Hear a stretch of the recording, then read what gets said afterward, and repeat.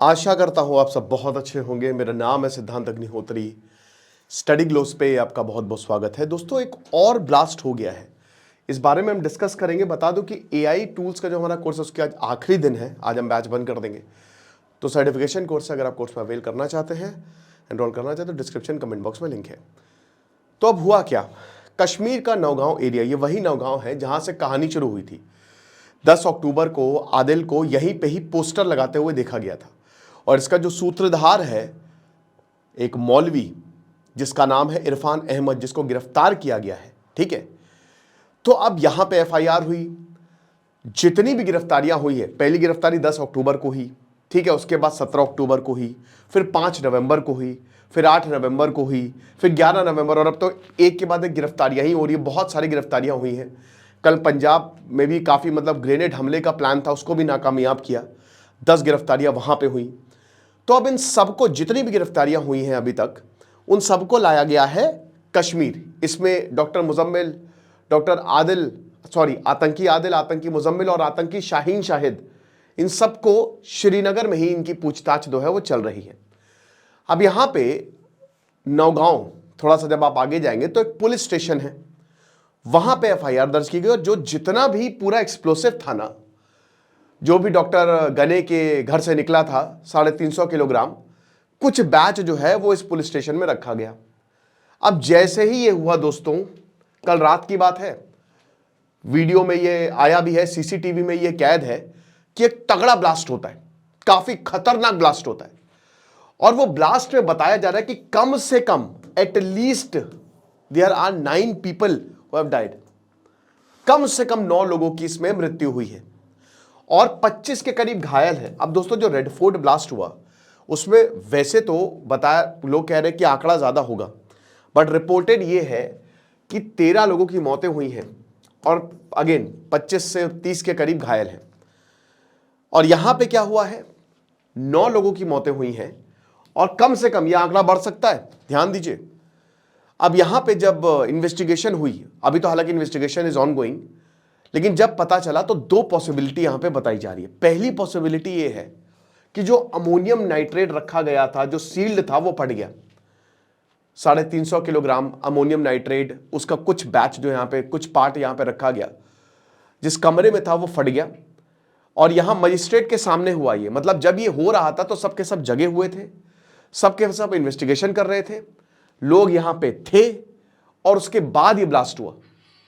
और दूसरा, यहां पे ये बताया जा रहा है कि ये आतंकी हमला भी हो सकता है। 2 पॉसिबिलिटी है। हो सकता है कि इसमें आईईडी हो और इसको डेटोनेट किया गया हो, और डेटोनेट किया गया है तो उसके बाद ये भयानक ब्लास्ट हुआ जिसकी चपेट में सब आए।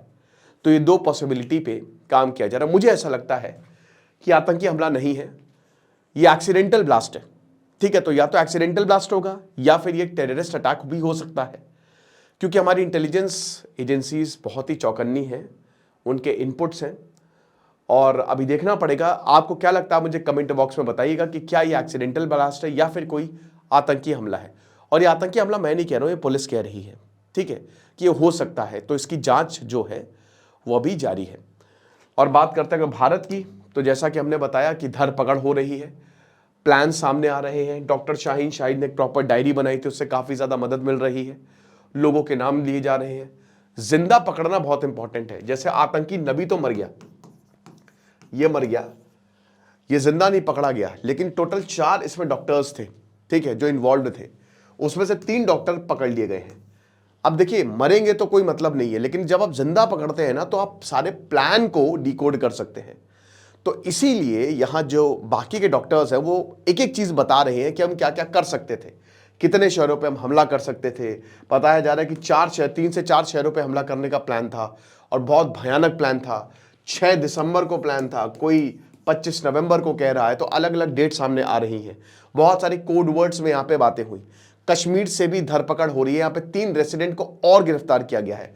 डॉक्टर हसन निसार को गिरफ्तार किया गया है, जो पहले भी कश्मीर के ही पहले भी ये सुर्खियों में रहे हैं, कंट्रोवर्सी में रहे हैं। लेकिन आप देख रहे हैं कि जितने भी इस बार गिरफ्तारियां हो रही है ना, इसीलिए इसको व्हाइट कॉलर टेरर मॉड्यूल बोला जा रहा है, क्योंकि ये सब के सब पढ़े लिखे हैं, ये सब के सब डॉक्टर्स हैं।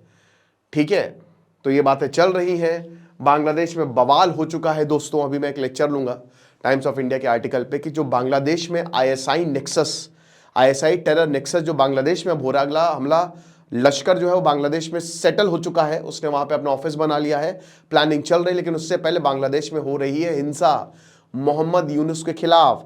याद रखिए कि पूरा का पूरा बांग्लादेश आईएसआई सीआईए अनस्टेबल करेगी और ये चपेट में किसके जाएगा? कट्टरपंथियों के। जब वो पूरे बांग्लादेश पर कब्जा करेंगे तो माइनॉरिटीज को सिलसिलेवार से खत्म किया जाएगा और उसके बाद भारत पर हमले किए जाएंगे। एक सुसाइड स्टेट बन सकता है बांग्लादेश अगर कुछ नहीं किया गया तो। हालांकि हमने एक प्रॉपर गैरिसन वहां पे भेज दिया है। ठीक है, हमारा एक गैरिसन ईस्ट में 5 बड़े गैरिसन, मतलब आओ बेटा मार मार के तुम्हारी हड्डियां ना पिछवाड़ा लाल ना कर दिया, तुम्हारा नाम बदल देना। तो ये हमारी आर्मी ने किया है और आर्मी बहुत तेजी से आगे भी बढ़ रही है। लद्दाख में प्रॉपर एयरपोर्ट बन गया है और वो ऑपरेशनल है, तो चाइना को भी हम काउंटर कर रहे हैं। ठीक है ना, तो ये कुछ अपडेट्स हैं। बाकी जो भी होगा हम आपको बताएंगे। आपको क्या लगता है आप मुझे कमेंट बॉक्स में जरूर बताइएगा। एआई टूल्स का हमारा बहुत ही शानदार कोर्स आप अवेल करें।